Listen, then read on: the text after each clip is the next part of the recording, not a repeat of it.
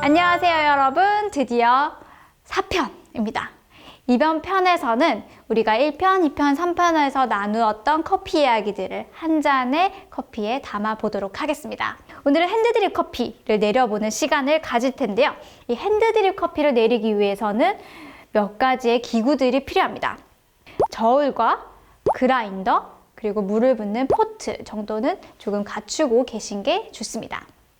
오늘 저는 칼리타 회사에서 나온 칼리타 웨이브 드리퍼를 사용을 할 거고요. 엘살바도르 커피를 내려보도록 하겠습니다. 어떤 드리퍼를 사용하셔도 또 어떤 필터를 사용하셔도 동일합니다.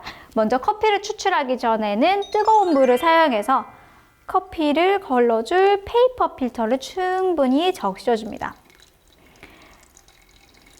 이 종이향이 커피잔에, 커피에 섞이면 안 되잖아요.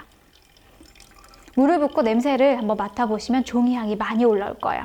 커피를 담을 텐데 한 잔 기준 18g에서 22g 정도를 사용해 주시면 되고요. 저는 20g의 커피를 사용하겠습니다. 왜 그런 거 있잖아요. 무언가 요리를 할 때 혹은 뭐 빵을 만들 때도 마찬가지고 기본적인 레시피들이 있잖아요. 이 핸드드립 커피에서는 기본적인 레시피라고 한다면 1대 15 정도가 될 것 같습니다. 30g의 커피를 사용한다 라고 한다면 약 450g 정도의 물을 사용하시는 게 가장 기본적인 레시피라고 생각하시면 됩니다. 이 레시피, 핸드드립 커피를 내리는데 레시피 설계라는 게 필요해요. 지금 20g 커피향, 300g의 물량 정해졌어요. 이 300g을 어떻게 부어줄 거냐를 가장 먼저 접근해 보시면 좋을 것 같은데요. 저는 그냥 되게 단순하게 이 300g을 5등분 해보도록 하겠습니다.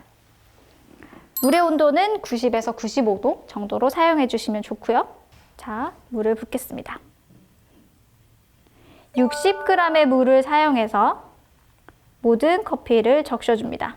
모든 커피를 적셔주는 이 뜸들이는 과정을 한번 거쳐줍니다. 30초에서 40초 정도가 지나면 다시 한 번 더 60g의 물을 부어주겠습니다.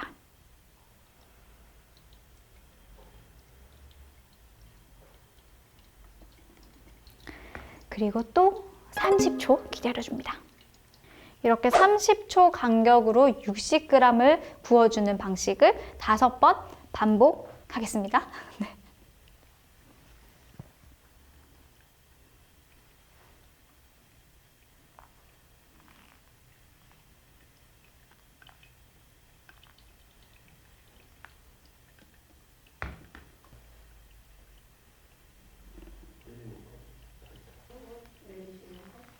제가 가장 기본적인 레시피 1대 15 그리고 이 300g의 물을 60, 60, 60, 60, 60 이렇게 총 5번에 나눠서 푸어를 했는데요. 우선 맛을 보고 우리 세 번째 시간에 이야기 나누었던 한 변수를 적용시켜 보도록 하겠습니다. 총 커피 추출 시간은 2분 30초에서 3분 정도가 적당할 거예요.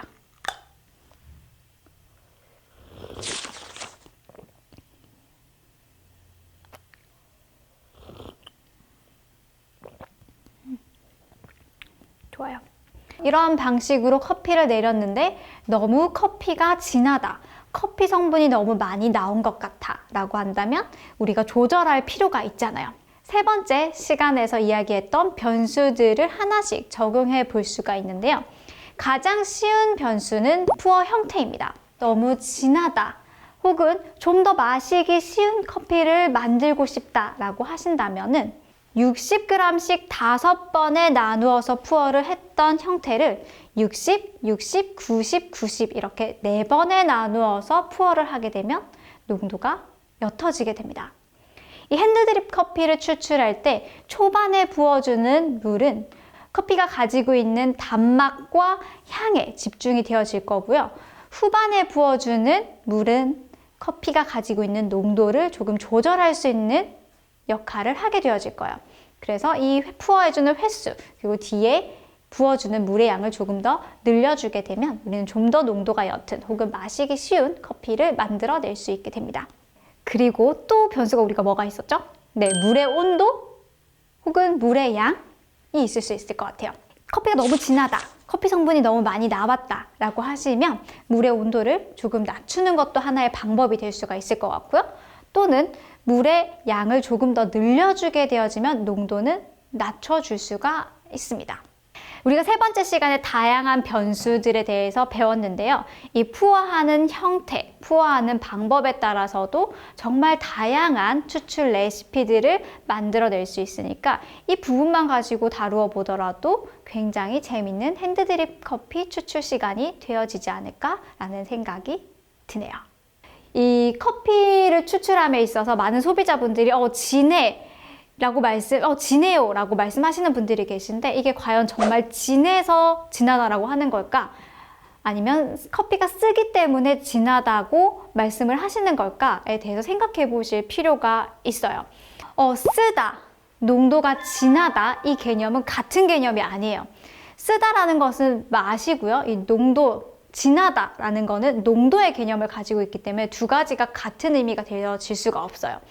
그래서 방금 말씀드린 거는 농도를 좀 낮출 수 있는 방법이었지만, 이 신맛과 단맛, 쓴맛을 조절할 수 있는 방법은 우리가 또 다른 변수들을 적용할 필요가 있습니다. 물의 온도, 물의 양, 그리고 분쇄도, 이런 부분들을 조절하실 수가 있으실 거예요.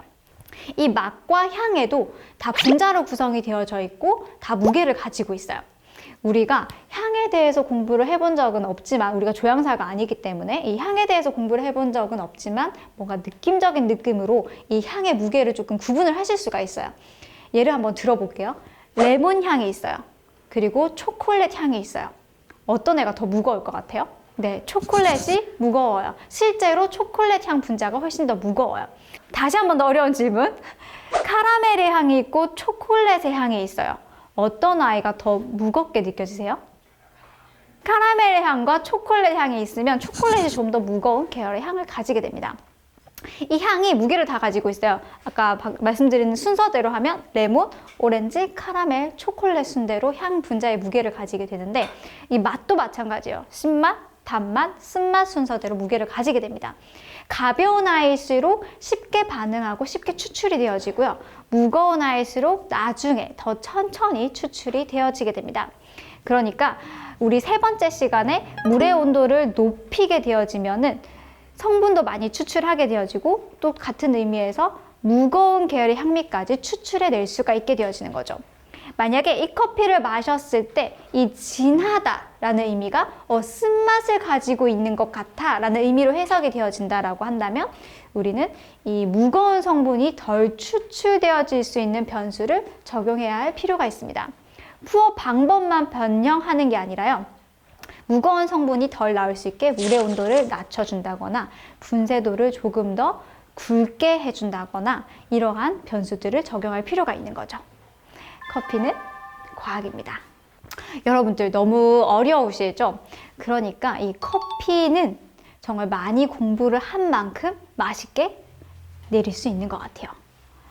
내가 카페를 운영하고 있다, 혹은 카페를 운영할 예정이다 라고 한다면 커피 공부는 필수라는 거 잊지 않으셨으면 좋겠습니다. 그럼 부산에서 커피 하시는 분들 모두 응원하겠습니다. 감사합니다.